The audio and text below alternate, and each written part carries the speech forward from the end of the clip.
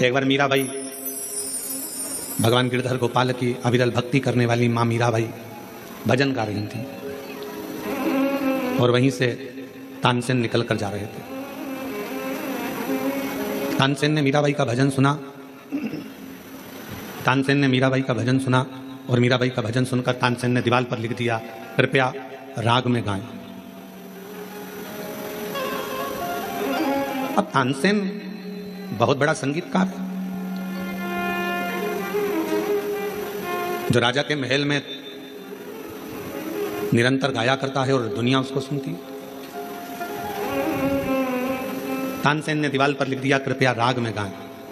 मीराबाई थोड़ी देर बाद वहां से जाने लगी और उसने पढ़ा कि ये लिखा किसने है, तो कहा जो अकबर के दरबार में गाता है वो तानसेन, जिसको दुनिया मानती है, जिसकी गायकी को दुनिया जानती है, जिसकी गायकी को दुनिया जानती है, वो तानसेन ने लिखा है मीराबाई तुम्हारे लिए कि कृपया राग में गाएं। मीराबाई ने कलम उठाई, जहां राग लिखा था उसके आगे अनु लिख दिया। अब कौन सा शब्द हो गया? अनुराग।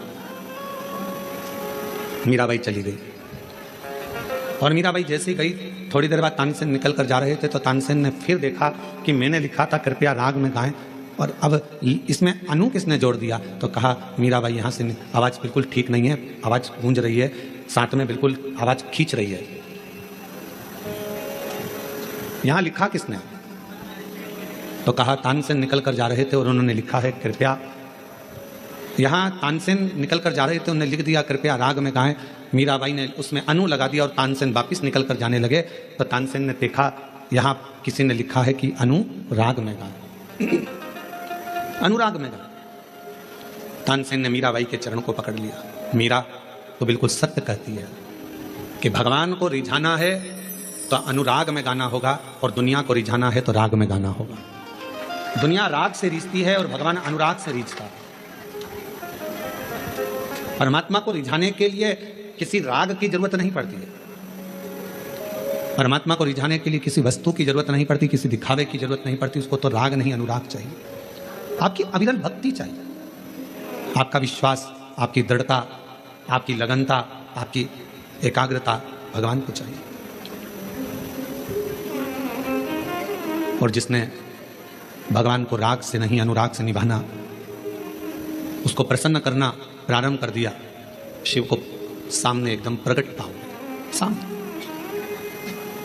आज आप और हम सावन के महीने में जो बहुत एक लोगों का हुजूम देखते हैं, भीड़ देखते हैं, तो जितने भी भीड़ में लोग खड़े हैं उनको एक बात का स्मरण होना चाहिए कि आप उसके मंदिर में खड़े हो जिसको आडंबर पसंद नहीं, आप उसके शिवालय में खड़े हो जिसको दिखावा पसंद है, आप उसके सम्मुख में खड़े हो जिसको किसी वस्तु का मोह नहीं है।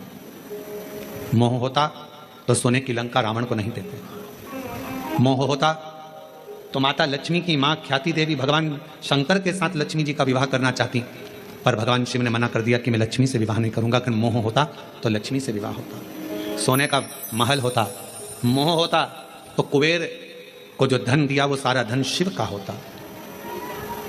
पर भगवान शंकर मोह को त्यागे हैं, काम को जलाकर भस्म करने वाले हैं, आसक्तियों से दूर है।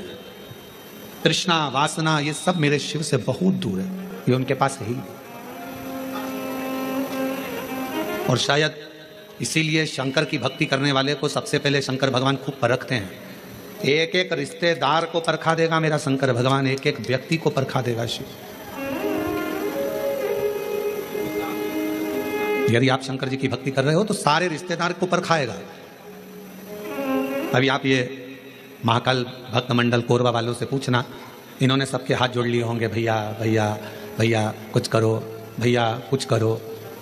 बड़े बड़े कुर्सी पर बैठे हुए से लेकर छोटे से छोटे के भी जाकर कहा होगा भैया अब तो कुछ करो, कथा होना चाहिए, पंडाल लग गया है, कुछ करिए। पर शिव बहुत परीक्षा, वो दिखा देता है कि किसी के करने से कुछ नहीं होता, जो शिव चाहता है वही होता है, इसके सिवाय कुछ नहीं। जो शंकर चाहेगा, जो ओघड़दानी चाहेगा, जो मेरा शंभू, जो मेरा त्रिकालदर्शी, मेरा कैलाशी अविनाशी शिव चाहेगा वही होता है।